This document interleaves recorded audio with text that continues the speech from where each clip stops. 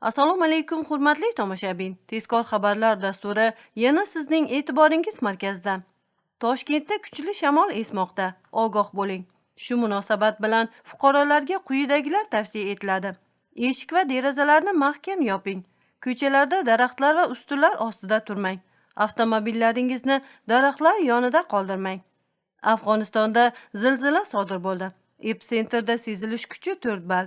O'zbekiston Respublikasi hududida sezilish kuchi Surxondaryo viloyatida 4 ball 295 km, Farg'ona viloyatida 3 ball 480 km, Samarqand viloyatida 3 ball 484 km, Jizzax viloyatida 3 ball 485 km, Sirdaryo viloyatida 3 ball 495 km, Qashqadaryo viloyatida 3 ball 497 km, Andijon viloyatida 3 ball 539 km, Namangan viloyatida 3 ball 545 km, Toshkent shahrida 3 ball 570 km, zilzila epitsentri Toshkentdan 570 km janubiy sharqda, magnituda 6,3, chuqurligi 100 km. Epitsentr Tahor, Afg'oniston.